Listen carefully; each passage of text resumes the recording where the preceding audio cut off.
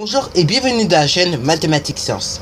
Aujourd'hui, je vais vous présenter et expliquer une nouvelle vidéo qui est une vidéo exercice sur repérer des nombres relatifs sur une droite graduée. Alors donc, on peut rappeler d'ailleurs de quoi concrètement est constituée une droite graduée et donc quelques petits éléments de vocabulaire. Une droite graduée, en gros, c'est tout simplement un axe, ok, où il y a des nombres négatifs qui sont situés généralement à gauche de l'origine, qui est généralement le 0. Et à droite, comme vous pouvez constater, donc à droite de l'origine du point 0, et ben vous avez tous les nombres positifs, ok? Donc du style 1, 2, 3, 4, etc., etc. Alors que tous les nombres négatifs, ce sont des nombres du style -1, -2, -4, -6, etc., etc. Ok? Bon, maintenant, donc, nous allons voir comment, justement, on va pouvoir les repérer. Déjà, on va les repérer grâce à une unité de longueur, ok? Et donc, justement, cette unité de longueur est constante, comme vous pouvez le voir. Déjà d'une. Après de 2, et ben justement votre demi-droite graduée ou votre droite graduée aura toujours un sens. Ok? Il faut toujours mettre le sens. Ok? Bon, maintenant donc que nous avons quelques éléments de vocabulaire, ok, pour repérer des nombres relatifs sur une demi-droite graduée ou une droite graduée, et ben tout simplement nous allons repérer la position des points A, B, C et D. Ok? Qu'on dit d'ailleurs des abscisses. Oui. On ne dit pas une position, on ne dit pas un point, on dit des abscisses, ok, pour les droites graduées et les demi-droites graduées. Je rappelle donc, et ben d'abord, pour tout simplement noter la position, donc l'abscisse de chaque point, et ben tout simplement, d'abord on notera la lettre, et après on ouvrira la parenthèse, on y mettra le nombre, ok, qu'on aura repéré, et après on fermera, bien évidemment, la parenthèse. Donc, maintenant que nous avons cela, on va pouvoir repérer déjà la position du point A qui se situe chez les négatifs. Ok? Donc pour cela, on va utiliser notre unité de longueur. Donc pour passer de 0 à 1, il nous faut 4 carreaux. Ok? Comme ci-dessous. Entre chaque carreau, du coup, il y aura 0,25. Ok? On peut tester 0,25, 0,5, 0,75 et 1. Donc maintenant que nous avons ces petites bases-là, et ben maintenant on va pouvoir repérer notre point A. Donc maintenant, et ben du coup on a 0, 1, moins 1,25, moins 1,5 et moins 1,75. Du coup, le point A a pour abscisse moins 1,5. Donc déjà, on va noter la chose suivante.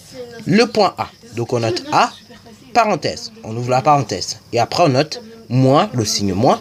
Et donc là on note 1,75. On ferme la parenthèse et donc là on a donné l'abscisse du point A. Maintenant faisons la même chose avec le point B. Donc là et ben déjà je vais pouvoir indiquer B et ouvrir la parenthèse. Maintenant donc il me faut tout simplement que je puisse repérer à l'aide d'une unité de longueur.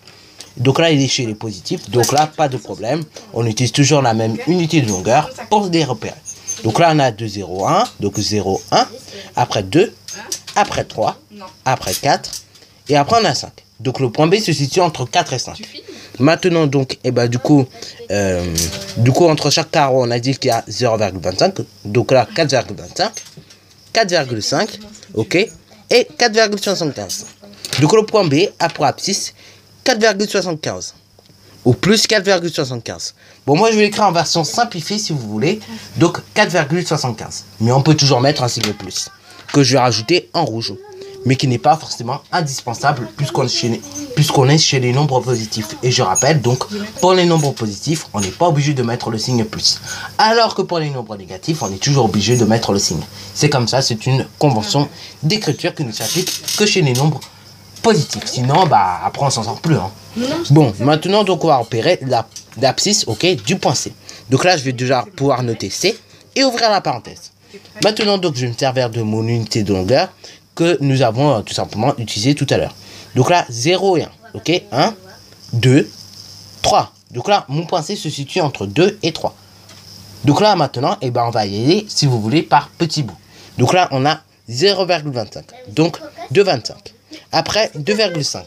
Et donc là, bah, du coup, le point C a pour abscisse 2,5. Ou plus 2,5. Bon alors donc là le signe plus, on le rappelle, il n'est pas obligatoire. Mais bon, si vous avez envie de faire plaisir soi-disant à un prof, vous pouvez toujours mettre le signe plus. Bon, ça fera jamais plaisir à un prof, hein. Enfin, ça fera jamais ni plaisir, trop plaisir, ni pas assez plaisir. Mais néanmoins, voilà quoi. Au moins vous comprenez quelque chose. Donc là, c'est plus, du coup, 4,5. Non, pardon, 2,5. Non, 3, 2, 1. Et donc, je ferme ma parenthèse. Maintenant, on va déterminer l'abscisse du point D.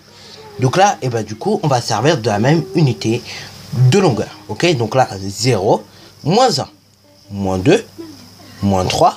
Et là, et ben, une fois qu'on arrive au moins 3, et ben là, mon point D se situe sur, si vous voulez, une unité de longueur. Donc là, et ben, du coup, ça fait moins 4. Et donc là, mon point C a pour abscisse moins 4. Et là, le moins, il est fondamental, obligatoire. Vous êtes obligé de mettre le signe moins, parce que sinon, ce nombre, on va le prendre comme un nombre positif. Ok? Donc là, pas le choix, vous mettez toujours le signe moins, sinon, c'est la catastrophe dans vos copies. Donc on résume. Pour un nombre positif, vous n'êtes pas obligé de mettre le signe. Ça fera ni trop plaisir à un prof, ni pas assez plaisir. Ok? Il sera d'une manière ou d'une autre, dans les deux cas, si vous mettez ou si vous ne mettez pas le signe, il sera d'une manière ou d'une autre content. Et par contre, si vous ne mettez pas le signe pour un nombre négatif, là, il sera vraiment fâché contre vous. Ok? Donc, retenez bien, pour un nombre négatif, on met toujours le signe moins.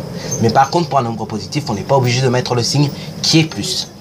Donc voilà, sur ce sujet à la fin de cette vidéo. Alors si tu as bien aimé, n'hésite surtout pas à liker, à commenter. Et bonne réussite à toi en mathématiques et en sciences.